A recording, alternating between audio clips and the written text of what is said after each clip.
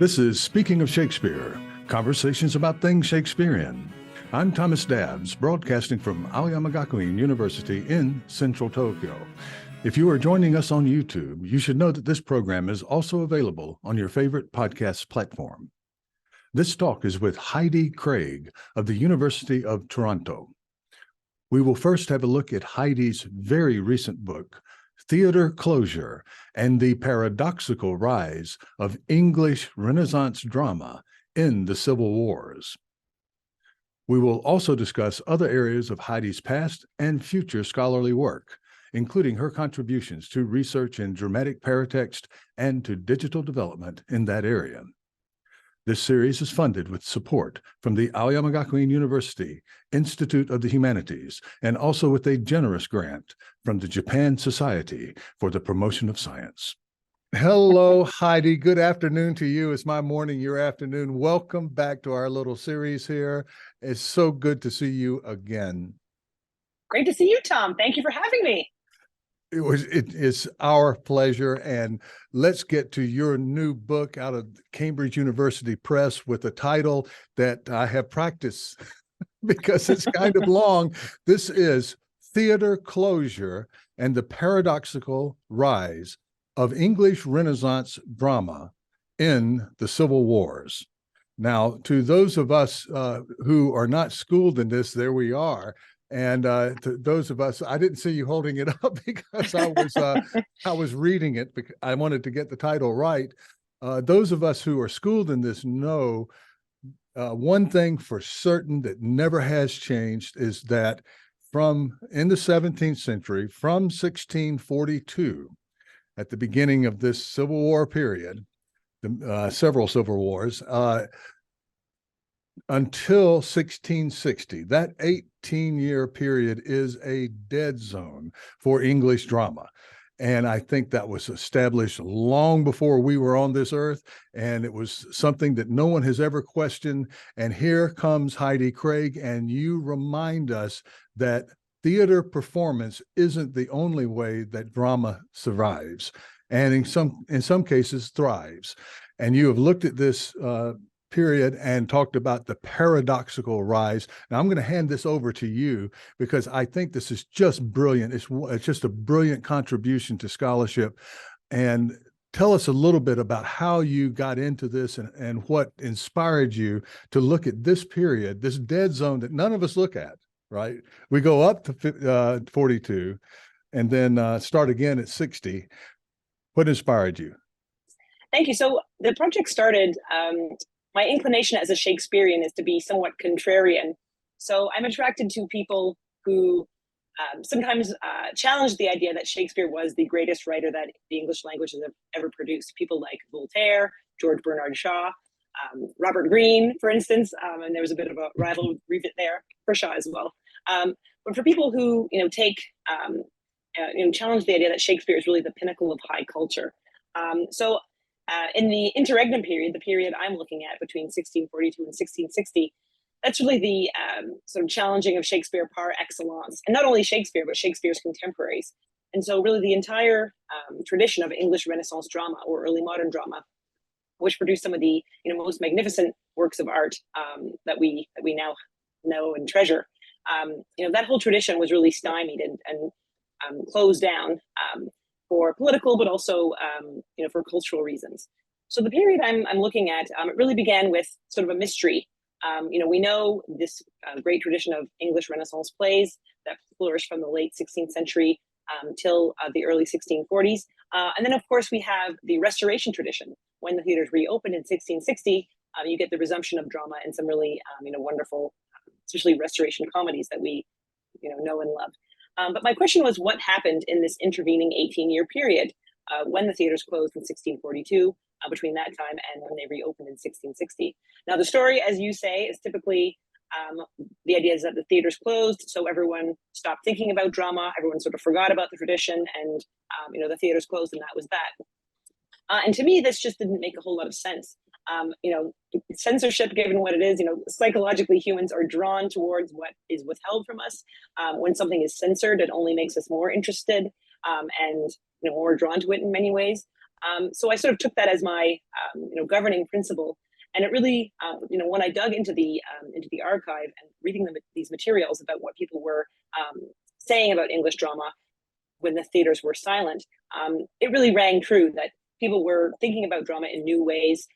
They were printing it in new ways. Stationers were preparing it and printing it in new ways, and they were performing it in different ways. And so I really think of this period as a key moment of not only production and consumption, but also innovation. So sort of the paradoxical idea is when the theaters were closed, that's when you get actually an incredible period of production and sort of new plays in this moment when, in many ways, drama was sort of old or dead, to use one of my book's governing metaphors. Yeah, yeah. And you've remarked on this, and I saw this years ago when I was looking through whatever catalogs, whether it's the Pollard and Redgrave or the Wing, the old catalogs we used to thumb through. That's I was giving away my age a little bit there. But I saw this, it was abundantly clear that in the period that we're talking about, if you ask somebody who were the major dramatists of the old play period, we'll talk about old plays in a moment, immediately they would have said Beaumont and Fletcher. And any look at the publication history is Beaumont and Fletcher. And of course, that didn't last, but I think you're kind of arguing that every ship rose with the tide. If you have a strong dramatic collaboration like this with editions coming out, that enhances more publication. And in this period, you show where these publications are popping up, and there's this nostalgia, but also there's a kind of growth period of the reception of old plays. Is that right? Yes, absolutely. One play, paradox is sort of a key word for many parts of my book. And one of the paradoxes is, as you said, there's this, nostalgic sort of attachment to the old plays, but it's sort of expressed through this novelty, this desire for novelty. So you have sort of novelty on one hand and nostalgia on the other. So in the 1640s and 1650s, you have stationers turning to old plays, but plays that hadn't been printed yet. So they were at once old and new. So they were issuing these new editions, sort of first editions of plays that had never been printed before. And this was very, commercially enticing, especially in a period of dramatic dearth. Stationers were able to offer fresh plays, new plays that no one had ever seen before. And one person who was really, excellent at marketing these plays was Humphrey Moseley. And he's a stationer from the 17th century who's sort of key to my story.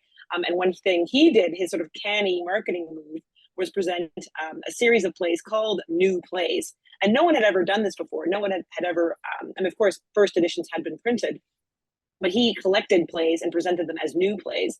And it was sort of ironic because these new plays, many of them had been presented on stage 4 decades prior. But it really sort of speaks to the desire for dramatic novelty and not only new plays, but also the sort of creation of drama and the sort of excitement of new creations on stage. So Humphrey Moseley and his contemporaries really tapped into that by sort of putting together, old and new in this way. Yeah, well, I think I know you've been working on this for years, but in a way, this speaks to how we collectively create this idea of periodization, right? Post-World War II period or the Prohibition period. I kept thinking there's not a great analogy there, but yes, being drawn to that which you cannot have and things going underground. The antebellum period, the before and after periods, and clearly in our minds there was the old period before the wars, and then what happened afterwards when Charles II came back and was restored. And you indicate that this periodization developed pretty much almost right on spot there. It's not one of our recreations of there was a real feeling of an end of an era. Yes, precisely. So you have the sense of the early 1640s as this real watershed moment. And part of it is just the fact of the Civil War, all the physical destruction that was happening. Cathedrals, their windows were being smashed and icons were being smashed. So there was a real sense of sort of a physical break from the past, and also a cultural break from the past. So the closure of the theaters was felt perhaps not immediately, but pretty soon after as a significant loss. So sometimes the theater closures of 1642 are compared with the earlier plague closures, and there is some credence to that comparison. So, as you know, when the commercial theaters were open, starting in the late 1600s, the theaters were periodically closed for outbreaks of plague and periods of national mourning. And sometimes this would extend for months or even years at a time. You have plague closures lasting sometimes 18 months. So some people, when the theaters closed in 1642 due to the war, there was a sense that, among practitioners and audiences of, okay, we've been here before, the theaters were closed and they may remain closed for months or, maybe years, but they'll eventually reopen. So there was a sense of, you had people complaining, actors complaining in print about the loss of their livelihoods and, requesting that the theaters be reopened. But there was always this sort of expectation that the theaters would eventually reopen. And so in the first sort of 5-year period, you have, people are writing, they sort of have it two ways. They can sort of paradoxically like, oh, our livelihoods are gone and everything's destroyed. But, on the other hand, if the theaters where we can reopen, we can, we can get back to what we were doing. And the illegal performances of the late 1640s, were performed by, professional actors. So they were sort of, a lot of them were sort of standing at the ready to resume drama if the theaters were reopened. But around 1647, there was a change both politically. So you have Charles I and the whole Putney debacle. So where it's clear that Parliament and Charles really won't be able to reach an agreement, and anything that any hope of Charles, a government where Charles is installed as the monarch, that's clear that really won't be happening. So you get this sort of breakdown in political discourse, and that's accompanied by a sort of clear breakdown in cultural discourse, where Charles won't be coming back to the throne. The theaters, even if they were to reopen, things were just so far gone that things would be different even if they did reopen. So it's sort of after the first 5 years, you get a sense that 1642 really is a line in the sand. And then, as you said, they get a sense of periodization. So it's happening not precisely in real time, but pretty quickly after the theaters close, people realize, oh, this is a epoch-defining activity or an epoch-defining moment. Yeah, I think we feel a sense of that now, a pre-COVID and post-COVID, in a much smaller time frame. We have to remember 18 years. 18 years is a long time when you think of where you were 18 years ago. And in the case of my students, they were barely here. And it's a long time for things to go down. Now, you do point out that there were drolls, the small dramas that kind of, closeted, that people couldn't stop acting, but and there's quite a good bit of evidence or a lot of things that survived that, these drolls in print, right? Is that correct? Yes, absolutely. So drolls are part of the illegal performance tradition that arose in response to the prohibition.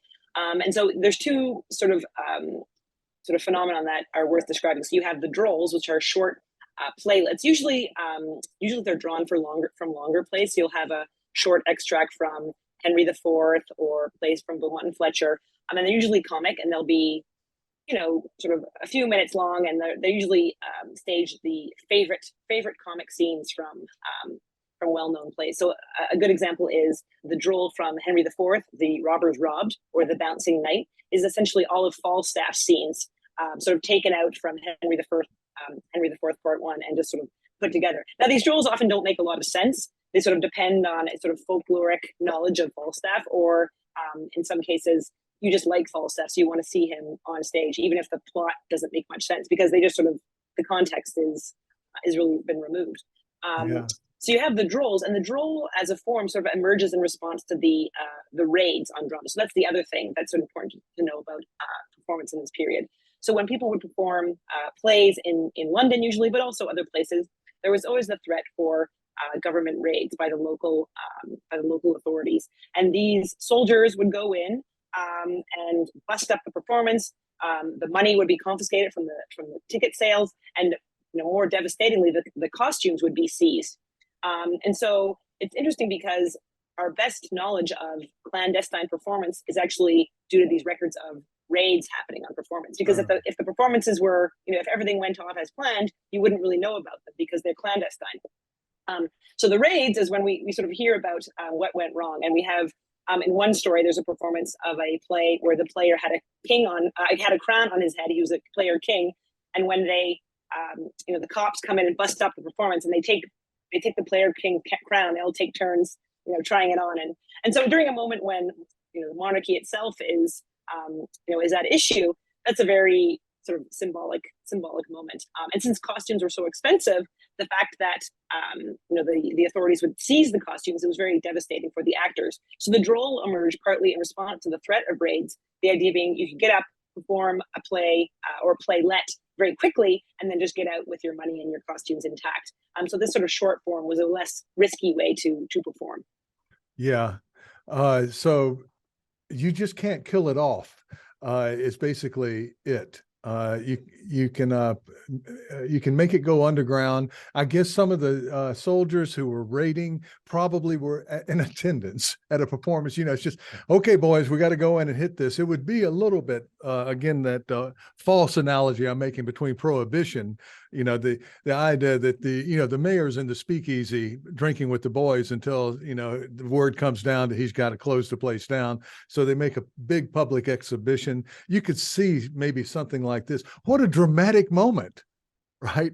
It is busting up. Now, that's a play, not within a play. That's a play without a play. That's right. Oh, that's a good title. I should have. Yeah. That should have been my title of my book, Tom. No. Because you're so textually oriented. And this was the next thing I wanted to get to here was the fact that the value of reading. I think there's an indication here that it goes up. There is the idea of the old play now as a relic, as something to preserve, whereas we did have big folio, of course, editions of Shakespeare and Johnson and Beaumont and Fletcher, but still, I think there was a struggle trying to figure out what were the value of these play texts. Now, because they're not these unified poetic things, they're not Milton, they're not Paradise Lost, and they're not Fairy Queen, whatever. They're these basically movie scripts that are out there. And there's, I think, I received from reading your book that there is this value of reading drama, the activity of reading drama and drama appreciation. So it is, in a sense, sort of a precursor to our field, a couple of centuries later. Yes, that's what I would argue. So, the question of when plays went from trivial, ephemeral entertainments to literature is something that our field is really interested in. There's a few different moments. The folio publication of Shakespeare in 1623 seems to be a moment when Shakespeare is presented not just as a sort of playwright who does entertainments, but a serious poet who's writing dramatic poetry that will last for posterity and is literary. So that is an important moment. But I think that Shakespeare is sort of an exception to the period. You have, and Ben Jonson might be another one. For the most part, the plays produced for the commercial theater are seen as light summer stuff, to borrow a line from one of my paratexts. So some of them are great, but some of the plays and some of the playwrights are literary, but most of them are more entertaining. But I would say that this is a moment in the 1640s and 50s that drama as a genre, English Renaissance drama as a genre, is both sort of coalesces as a genre. So you can think of it as one thing, something we call now English Renaissance drama. So sort of this thing that sort of coalesces is elevated as a whole. So even people who you might not think as particularly serious, Thomas Heywood, or people who are sort of write-off plays, hundreds of plays in one sitting, they too are sort of elevated. As you said, sort of a rising tide elevates all boats.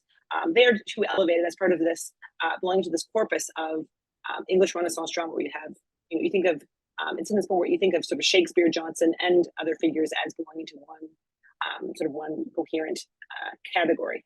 Yeah. And also commercially viable. This would not have happened. These guys are not the university presses putting out, scholarship that's publicly funded. You gotta pay you have to pay the rent if you're a printer. And so for a printer to move over and to do this amount of printing during this period indicates that these are very commercially viable.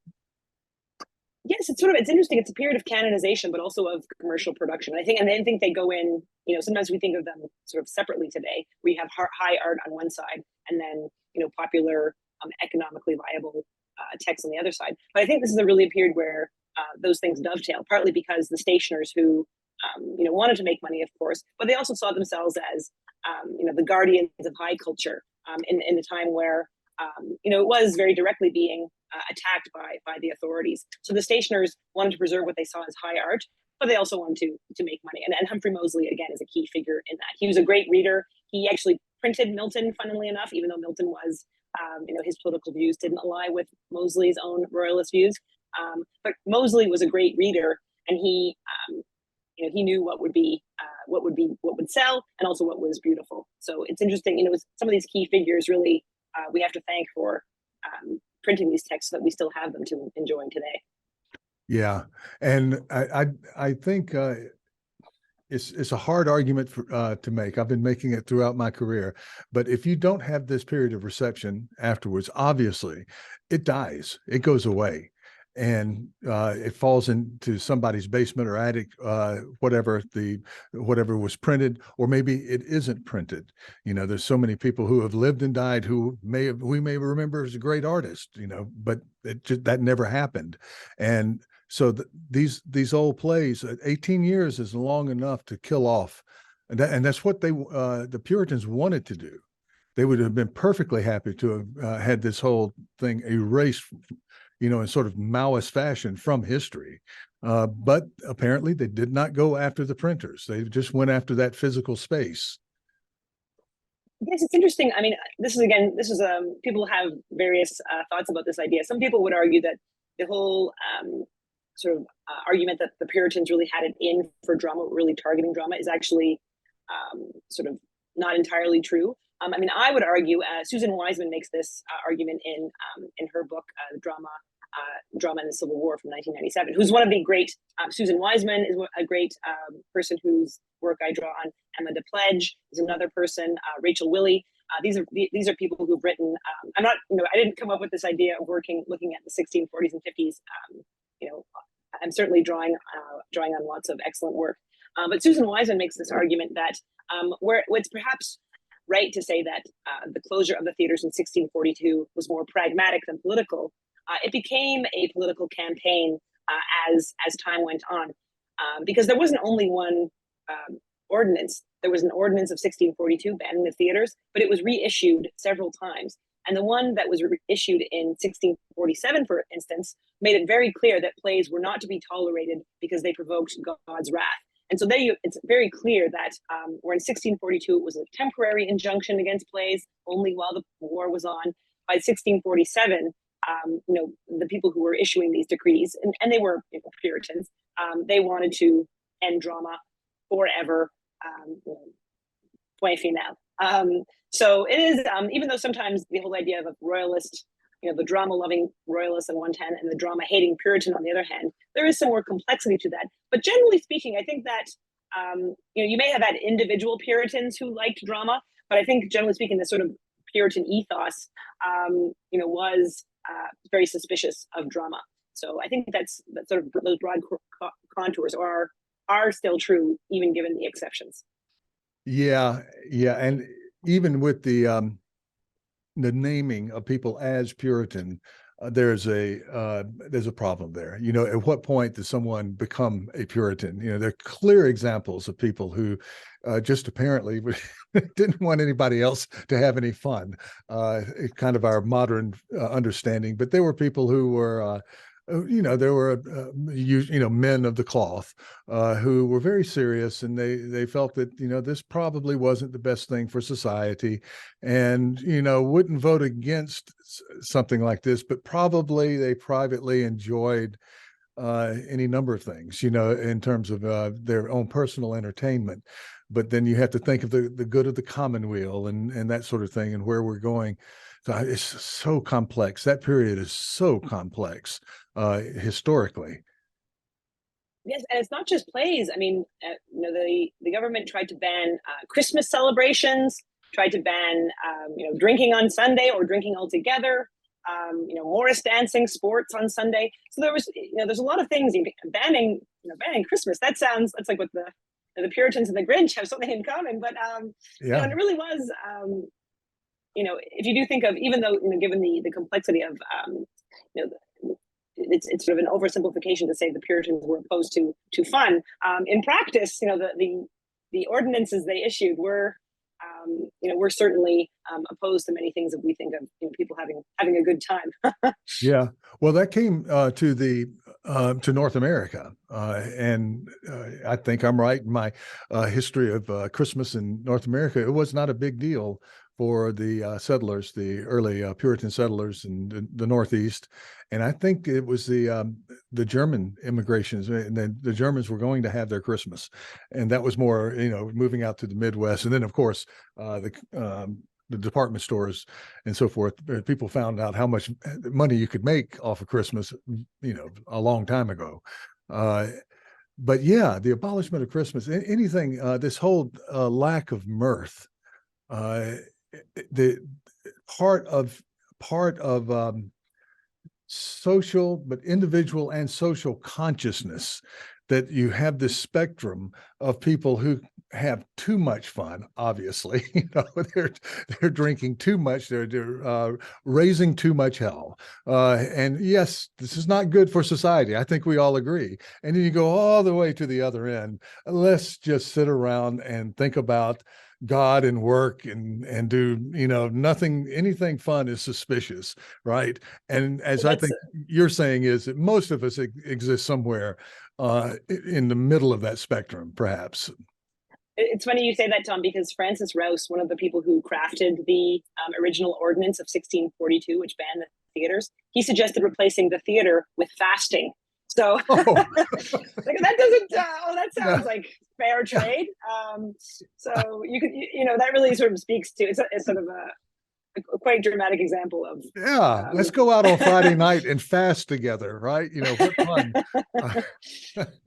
But you see it now. This whole thing carries up until our time, and I think that what the kind of work that you have done here and that you continue to do shows us and reminds us that what is normally in our time kind of received as this high, maybe academic art or high art or above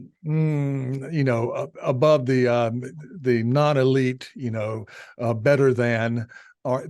Most of this stuff was right there in society, enjoyed by people from common workers to the elite and so forth. That this was general entertainment, and the big problem was that it wasn't seen as high art right off the bat.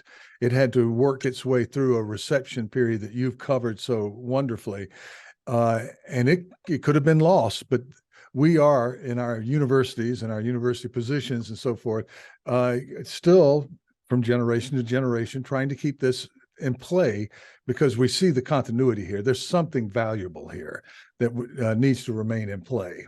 You're absolutely right, Tom. And I think one reason why I think this is a key moment for what we do today as scholars is that in the 1640s and 50s, people get the awareness that, whereas previously they can sort of count on going to the theater, they can count on going to a play. They didn't have to have a printed play in their hands to be able to enjoy drama. When the theaters close, they really have this awareness that if I want to enjoy these plays, for these plays not to fall into oblivion, they really have to be printed. Because previously, and that makes sense to us now, but previously there wasn't a sense that if the play is not printed, it will disappear forever, because there's always the chance that it could be performed again on stage. Mm-hmm. But without the stage being a viable option, it really has to be printed.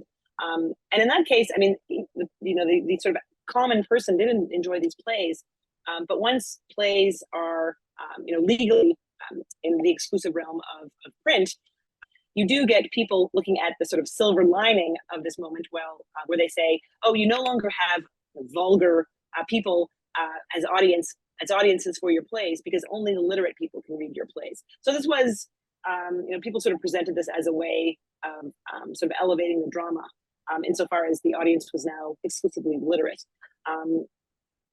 Now, I think, that's, I do think that also thinking about our own moment, one thing that really, something that sort of resonated with my book sort of unexpectedly was the connection between COVID and the theater closures. So I wrote this book emerges from my dissertation, which I finished in 2017. So I'd been thinking about it long before COVID.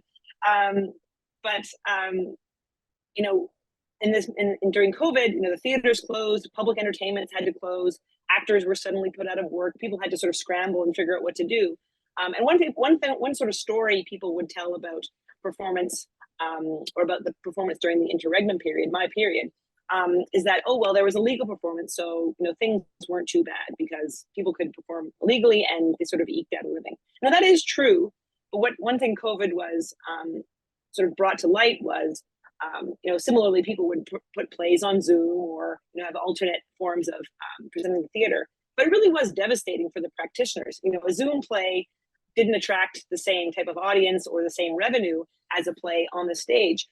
So likewise, in our own COVID time and then during the interregnum, just the simple fact of banning theater really had, immediate, concrete consequences that sort of resonated throughout the following years. And again, too, in COVID, it may have been, we're still in, COVID is still an issue, but for sort of 18 months or 2 years when it was really, really devastating to theater, imagine 18 years, right? Yeah. That would be, culture tradition sort of obliterated. And people who were, one thing I talk about in my book is the sense of continuity.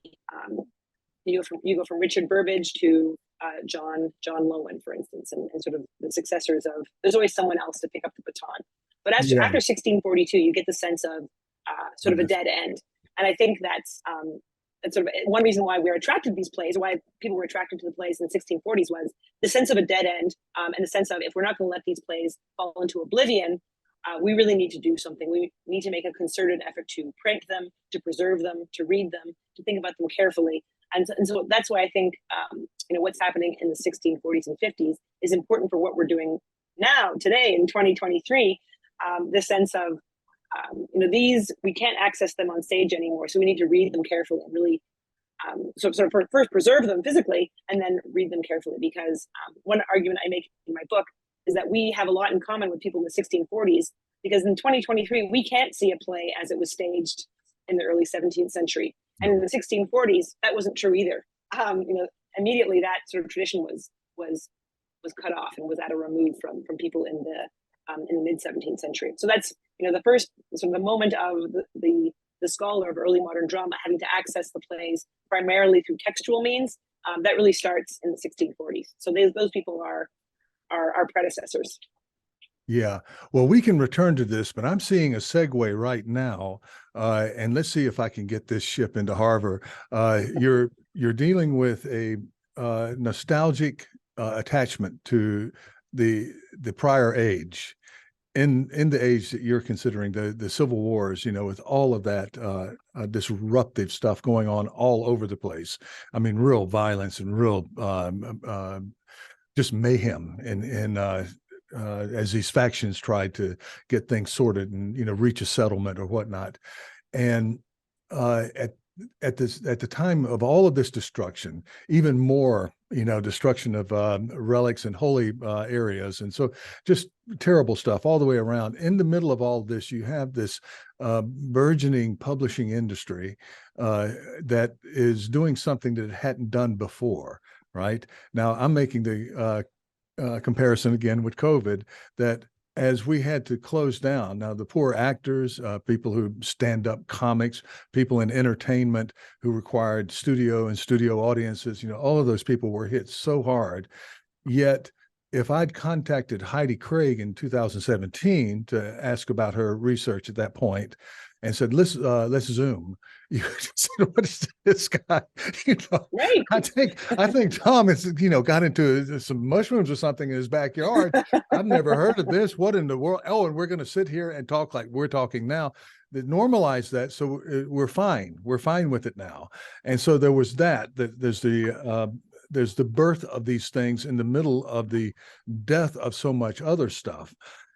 Now I don't want to make a phoenix image here. It's a completely different thing, but it's I guess what we'd call it is the unexpected outcome or unintended outcome. There was no intention in COVID. It was just a virus.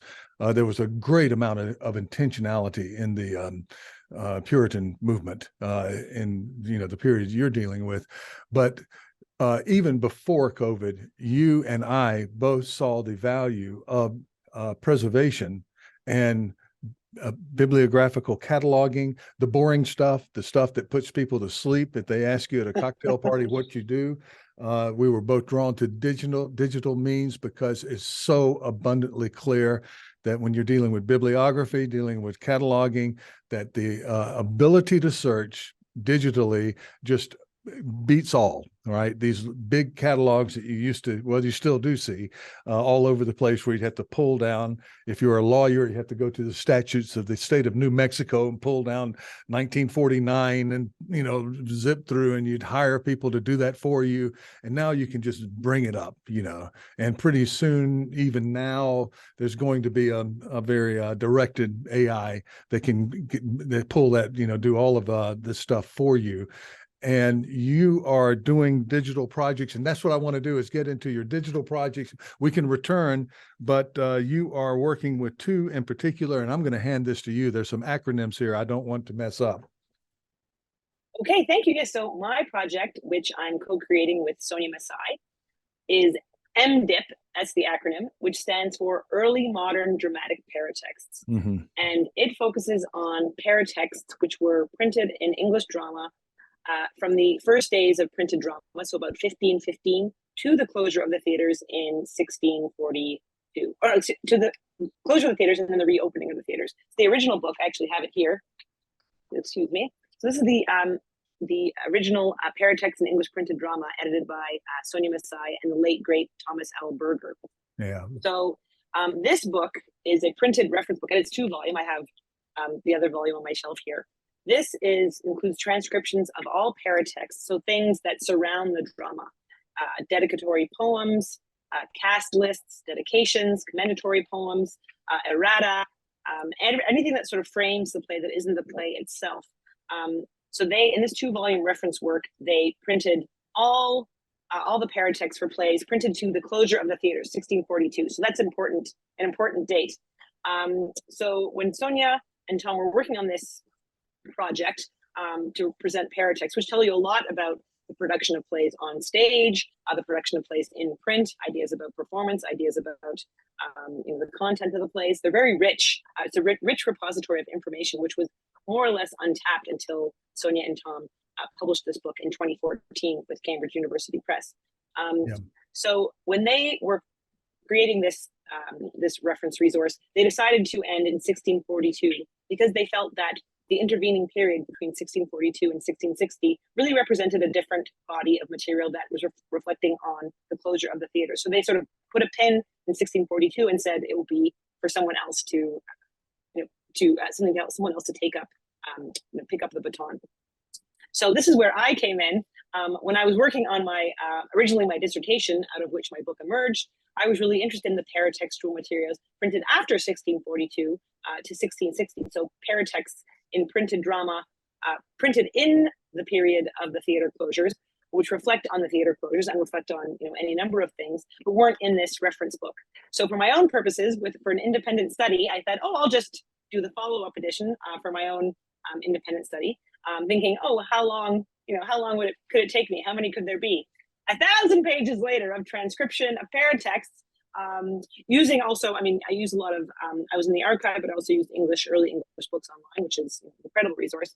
I had this entire corpus of all paratexts in printed drama, between plays printed between 1642 when the theaters closed and 1660 when the theaters reopened. So I had this project, and I got in touch with Sonia Masai, one of the editors of Paratexts and English Printed Drama 1642. And we decided to join forces, and our goals were twofold. First, to digitize these two reference books, which are, really an incredible work of research, but in many ways are sort of designed for the digital format, even though they're in print. So, this book, it has an index, but it's not keyword searchable. So if the index you're reading doesn't have, the keyword you're interested in, it might not be entirely useful. Whereas a digital project is dynamic, fully searchable, so you can search, anything you want. If it's in the corpus of transcriptions, it will appear. So our first goal was to digitize these two volumes into a very user-friendly, intuitive, open access digital database. And that's what we did in collaboration with the Folger Shakespeare Library, who helped design the website, and the Center of Digital Humanities Research at Texas A&M, which also did a lot to design the website as well. Working with this large digital team, and digital projects are always highly collaborative, we launched early modern dramatic paratexts last year. So that phase one was to add all of the paratexts and associated metadata for the playbooks in which they appear, that appear in this 2-volume reference work. And you can see there's a lot here, and there's a lot of content. So it's really, even just having this digitized is very useful for the academic, for the academic world. Phase two was to add the material from my own project, which is paratexts from 1642 to 1660. So these materials previously weren't available, not in a modern reference edition. Mm-hmm. So Sonia and I, by joining forces, we digitized the existing books and then added my material. So we're in the process of adding materials. We're now in beta, which means the site is available for people to play around with. It's not perfect. Beta is not the true blue launch, but it is, the corpus of materials is there for people to experiment with. What we're hoping by launching it in beta, even with its sort of warts and all, is that people will use it, tell us what they like, what they don't like, what they wish was available, so that we could tinker with the functionalities. So if you want to search for, currently you can search by paratext type, you can search by keyword, you can search by date, you can search by author, but there may be things that we're not considering that people would like, so they can email us and say, oh, we would like to search by something else.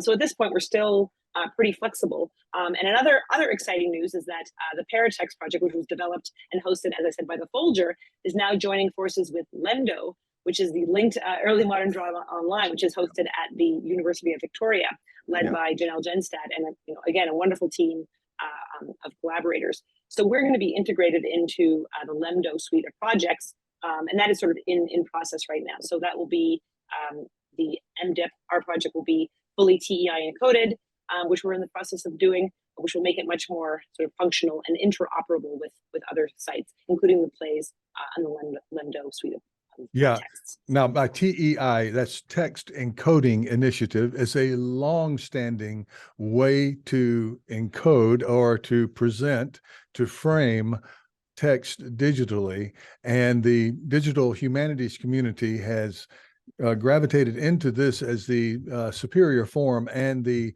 what we're going to be using 10, 20, 30 years from now. In other words, not what did Janelle call it? This is Janelle Genstad of Victoria, these boutique programs that afflicted a couple of projects some years back, and that now, with changes in highly technical language, but basically it's just old parts to an old car, right? Don't fit the new car, I think, is the way best, and you need to design things in which you can move forward. And the TEI is flexible enough to go with the new waves of programming that come in generation to generation, which is a generation in this business can be 3 to 5 years. So that's good. And you're going to be part of the overarching LEMDO project at UVic, and hosted on their server. Is that right?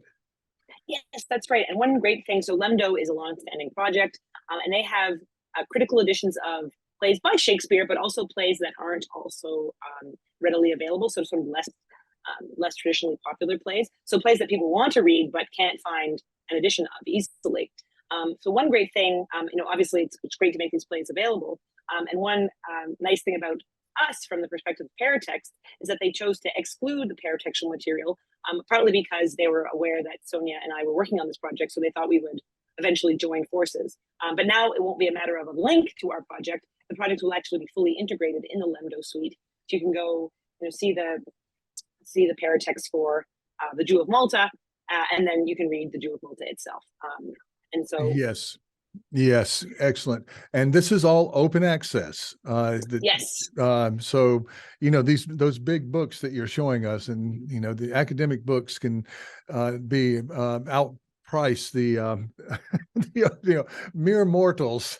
I think when I see some of these just astounding prices on academic books, where, well, of course, they're marketing to libraries who have the funds to bring, the books in. But, a lot of our viewers and listeners we have lay people out there who are just interested in this stuff. And if you're not close to a big university library, it's kind of hard to get to this material.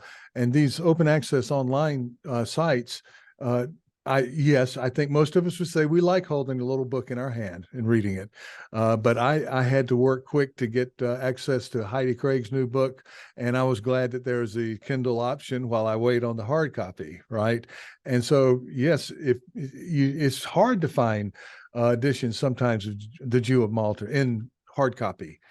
And great that can be accessed and searched.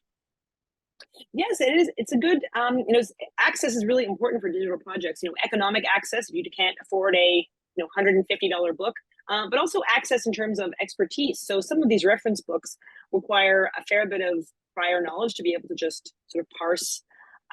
For instance, in this book, space was quite a consideration. So there's a footnote that with a series of dates and information that you might not realize the first date is the publication date, and the second date is the performance date, and the third number is the STC number, and so forth. So that requires a fair bit of expert knowledge, and it's just the considerations of space. But when I'll pull up an image of our site. A nice thing about the digital format is that we have all the space we want essentially. So whereas previously you had dates where you might not know what corresponds to what. Our metadata is presented very clearly, so you can see, oh, this is the author, this is the date of publication, this is the date of performance, this is the Greg number, this is the Deep number, and everything's presented very clearly so that you don't have to be an expert researcher to be able to understand what these things are. So that's another thing. The digital format is both economically accessible insofar as it's open access, and then it's just sort of people who are not especially seasoned researchers yet can also understand what these materials are. Janelle Genstad talked with me about the notion, what you want is a site that you can put on a USB, if necessary, and that it has that functionality within itself, right? That it isn't so tied up with knocking itself off this server, that server, or whatever, so dependent on so many other things being up and running. And I think that's the way you guys are proceeding too.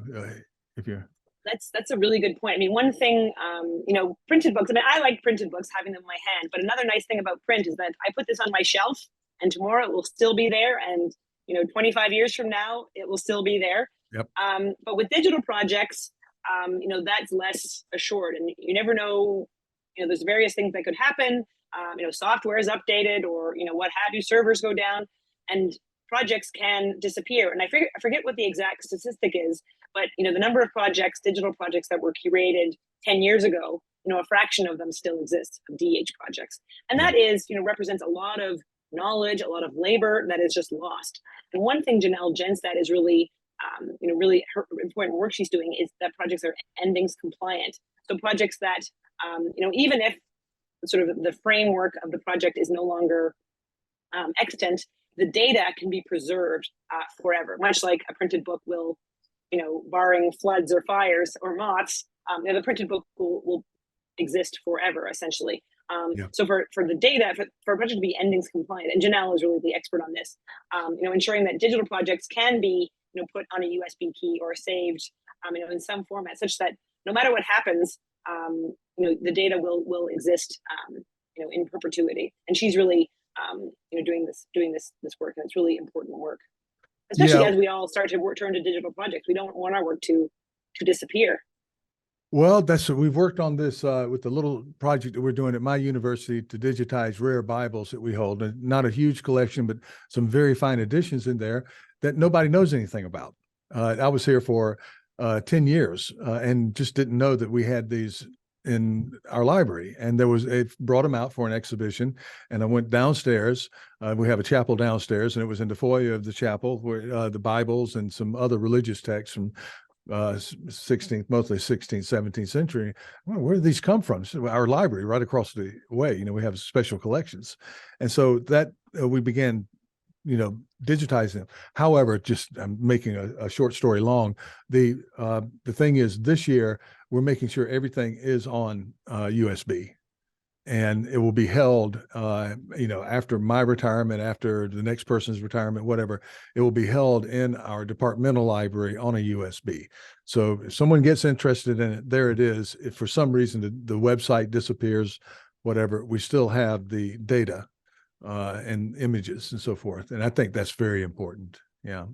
Well, it's funny, we've come full circle, Tom, in terms of preservation, because in the 1640s, it was all about the fear of oblivion and what will happen to this matter. So it's really about, preservation. How can we keep these cultural artifacts for posterity? So it is not to go back to my book, although I could of course talk about that till the cows come home. But these questions of preserving our cultural inheritance is just as relevant now as it was in the 1640s and 50s. It's just clearly a value for us. We see it. A lot of people don't, and they really never do until you take it away. And the things that we had taken away from us during the pandemic, at the early days in particular, I think that now there might be a heightened sense of cultural awareness about what can be taken away so quickly. And even the quotidian, day-to-day elements of our lives, just walking down the street and saying hello to a neighbor, even if you don't like the person that much, they're your neighbor, right? It's nice to see. Yeah, nice to see you. What's going on back there? Your dog barks too much. You take away the barking dog and the neighbor or whatever. Of course, I guess in the pandemic, the barking dog was still there. But anyhow, you just take these things out of life, out of day-to-day life, and then you realize just how important they are. And yeah, I guess you can get through your life just fine without Shakespeare, without a lot of the stuff that we study. But it's so enriching for so many people. And that's where I kind of want to move.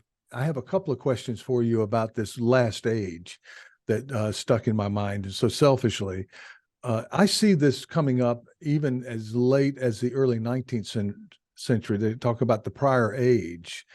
And I wondered when I was reading exactly what are they talking.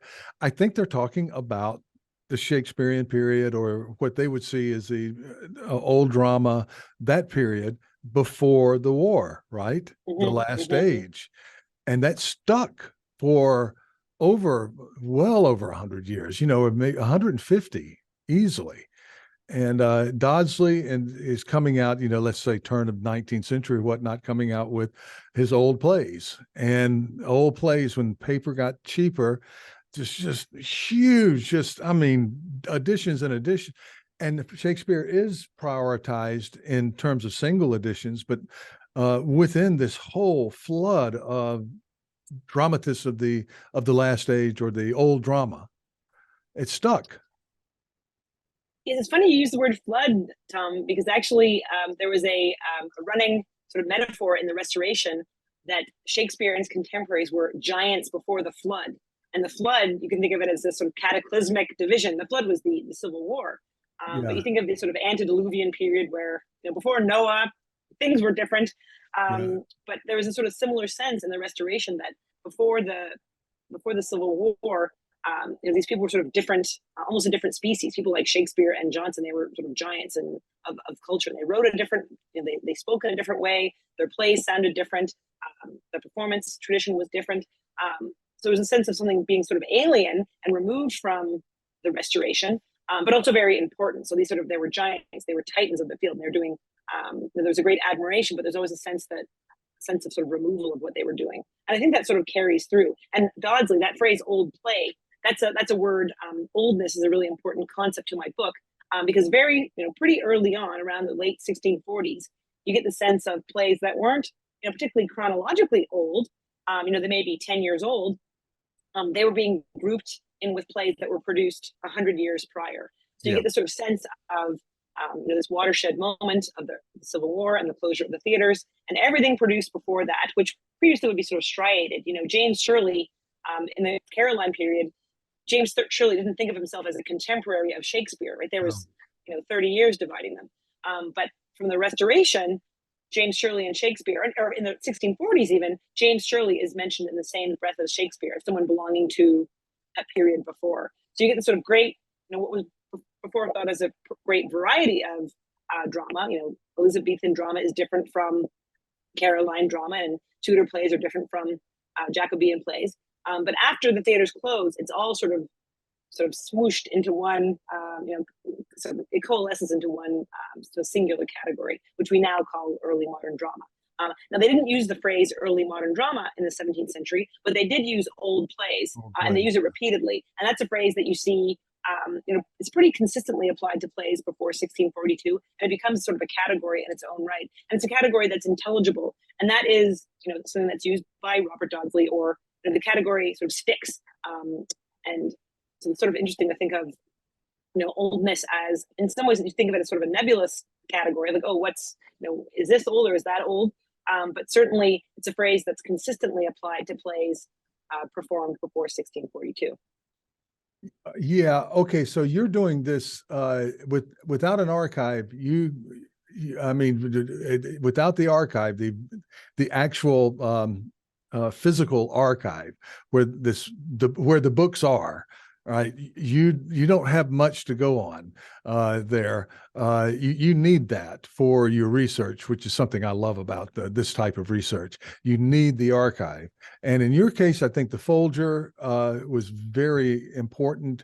Other archival holdings. What did you get over to the Bodleian, or were there other places that were of particular value in your research?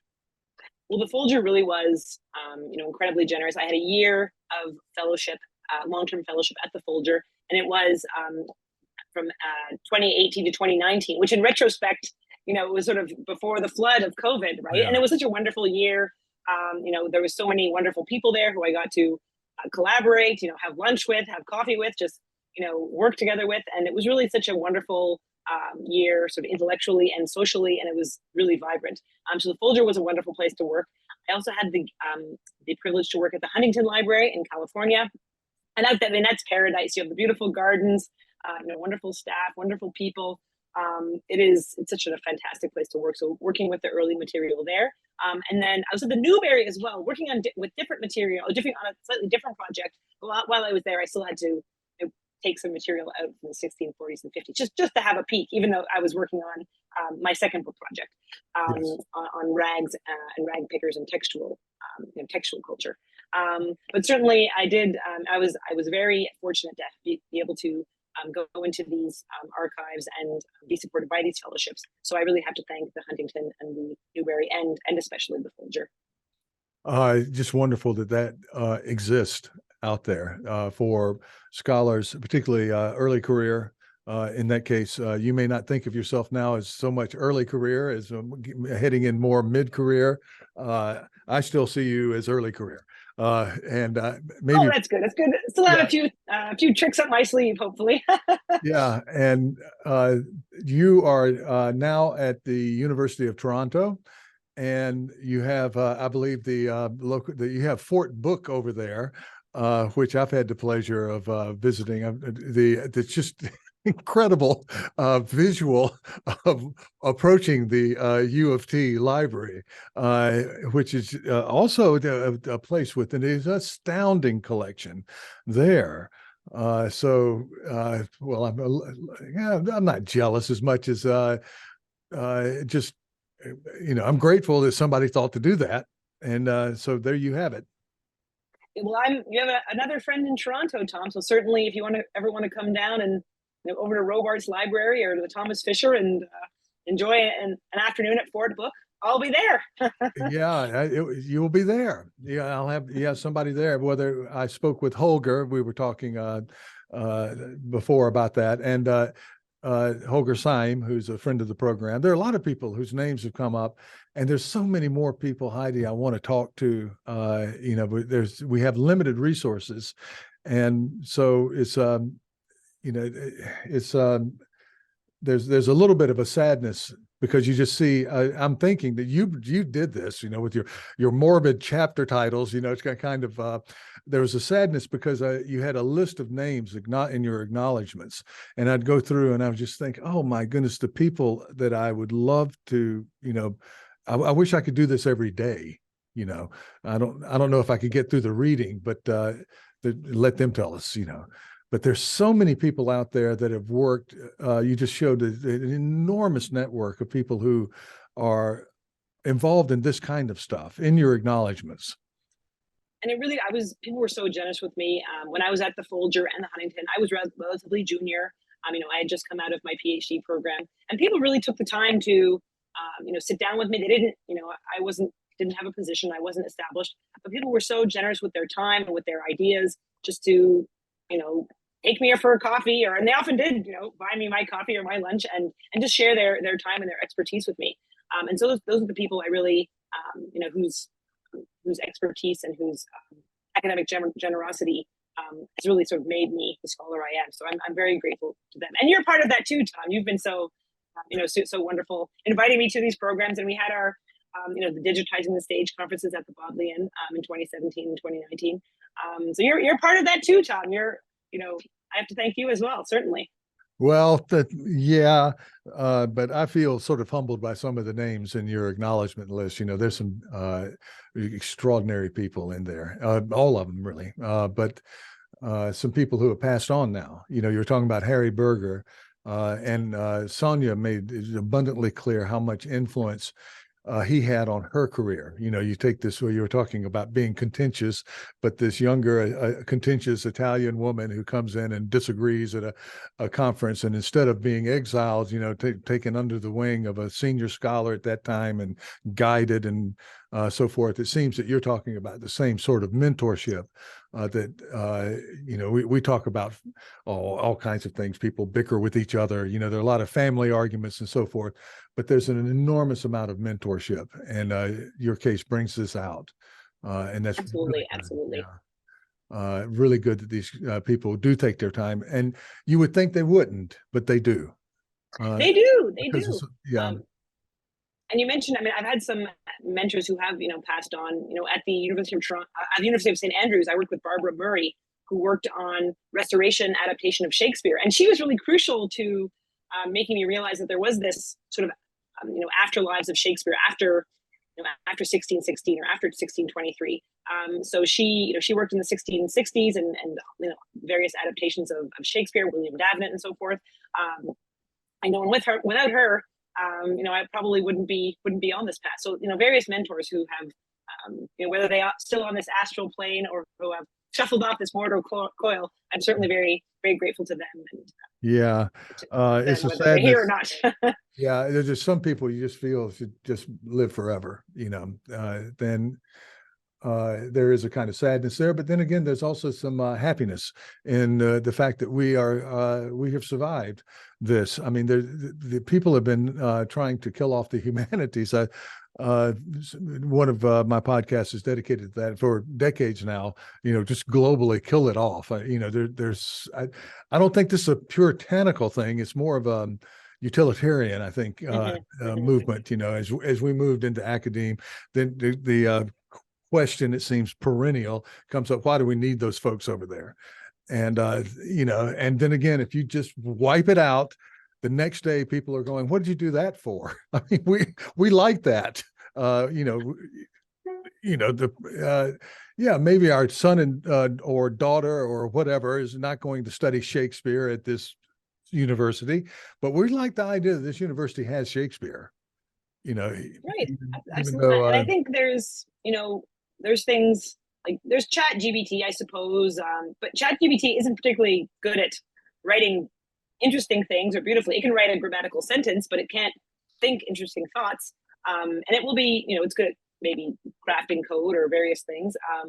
But really, humans are the best at writing beautiful poetry and wonderful essays, and I don't think will be replaced by AI anytime soon. So in terms of utilitarian, I think the humanities will run out eventually. yeah, we always do. After just keep crawling out from under that rock they try to throw us under. But well, I want to find out a little bit before we end this. I want to find out a little bit about what is next. Now, what is next is obviously your digital work, and you're in Canada now, but you are still. That doesn't change. In fact, it might open up some opportunities, some funding opportunities, and so forth. There are some very excellent funding sources in Canada. I know from Janelle, and also elsewhere too, because you need the funding to keep these things going. It's just impossible without it. Well, my next project will probably be highly archival as well, having been out of the archive, the physical archive during COVID. But my next project I'm really interested in will actually most likely be a trans-historical project. So starting in the early modern period, but also looking a little bit earlier and especially a little bit later, probably up to our own contemporary moment. So this project looks at rags and rag collection and waste picking as the raw material for cultural production. So it really started with looking at rag pickers, and these are the individuals who, before the invention of wood pulp paper, when paper was made out of linen rags, would have to collect the old used rags, door to door, or rags that people had thrown away, collect these old, really worn out, disgusting rags, bring them to the paper mill to be processed into paper on which the great plays and poems and prose works of our culture were printed. So they would, if you want printing paper for writing or printing, you have to have rags, and they have to be collected by these individuals. So that is sort of my starting point. And now it seems like I'm thinking more about sort of waste collection and its relationship to cultural production. Like now you have there's a band called Coco out of the Democratic Republic of Congo, and they produce music on instruments that they have just gathered out of the scrapyard and sort of garbage dumps. So it's just sort of the idea of, out of the trash that we generate, and some of it is generated in the global north and sent to the global south where they have to deal with it, unfortunately. Sort of art is generated out of that by people who collect it themselves. So it's thinking of sort of the waste picker or the rag picker is my key figure, and out of that I'm sort of branch out in various ways. To see where I'll end up. But certainly a key part of it will be the early modern rag picker, because that is where the project started. What's sort of interesting, again, thinking sort of paradoxically, I like things that are sort of contrarian, is the idea that Shakespeare's first folio, this incredible, important, expensive work of art, was generated out of the dirty old rags that had been thrown away and collected by someone who who didn't have a very high social status. So that's sort of idea, the combination of high and low. So that's my next project. Yeah, it went from I'm thinking of Hamlet's idea of the guts of a beggar. Right. Yes. A king passes through the guts of a beggar, or whatever. This cycle of things. I was reading Andrew Pettigree's. Speaking of St. Andrews, Andrew Pettigree's book with his graduate student, whose name I will mispronounce. Both, of course, brilliant scholars, but on the library, the fragile history of the library, and at one point was coming across the transition from parchment to rags in the. Where are we? 16th, early 16th, late 15th. Where are we getting into rags? You do have rag collection even in the medieval period. Okay. In the certainly there's an account of a rag collect, sort of a paper mill, and that involved rags in the 14th century. So I'm not sure actually when it exactly starts, but certainly I haven't started my cutoff date so far is the medieval period, so I haven't really gone before that. But that's a good question. I should be able to answer that. Well, yeah, but I mean, it's mysterious, and we can, I mean, very safely point to a time in which parchment just was not. Now, by parchment for my students, we're talking about animal skins, and that's not only do you have to kill animals to get their skins, it's expensive. And the old joke about I think it's my joke actually, about the sheep nervously on the side of the hill, wondering when Aquinas is going to finish his Summa. The rumor that there's another volume out there has everybody, just absolutely stressed out. Like that. But anyway, when you change the rags, you get away from the animal. So it is cheaper, but it isn't completely cheap because rags still are labor intensive, very expensive. And so, yeah, if you can recycle the old clothing, and you talk about the women who did this in one of your articles, just right? Yes, brilliant stuff. And there are some YouTube videos where people try to do this. I'm not sure about rags. I know that parchment, they're showing how you stretch it and dry it. And it's a long, kind of tedious process, but these rag pages hold up pretty well. Now that we're, they do. the year of the first folio, we're seeing how well things have held up. Yeah, there's such a history there, and that's going to put you in. Yeah, you're back in the archive. It's still early days, but I'm excited to see where this project goes. But it does seem like in order to tell the story, I'll have to jump out of the early modern period a little bit, and that will be exciting, if daunting. Yeah. Well, then in closing, Heidi, let's see. I want to make sure our viewers know that you are a new faculty member at the University of Toronto, where you did your PhD work, and you're back home in a way that you're a child of Montreal, but Yes. very much also Torontan. Torontan? Torontonian. Torontonian, and I'm just so happy that you are there. My son is trying to get the visa worked out and so forth. You've faced this recently, and I know in your American expeditions and so forth. But he's about to marry Torontonian. Oh, exciting! Yeah, he met in college, and so they're trying to work out the visa thing, and they will. They're both very capable people, and so I will see you. I will see you, and I will see Holger Syme, our friend of our program, and others. So many good people at University of Toronto, and of course all around at McGill.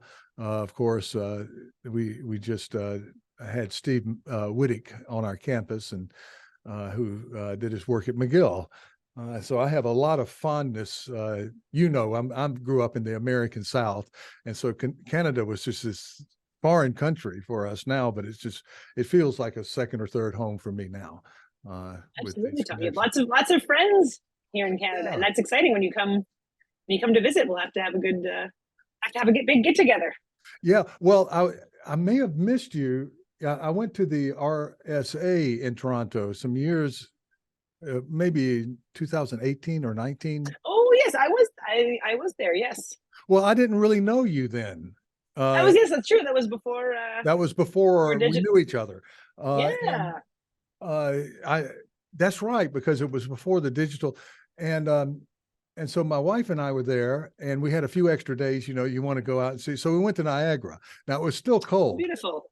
Oh, it was beautiful.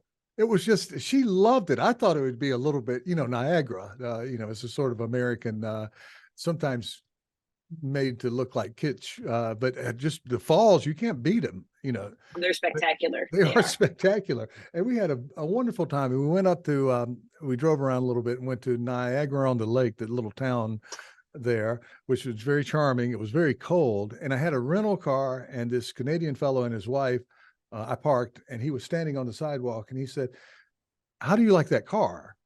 Because he was thinking of buying. I said, "Well, it's a rental, and if it were not a rental, you could drive it around, but please, have a seat." Anyway, we got to talking, and he was Canadian, his wife, and he graduated from the University of Tennessee.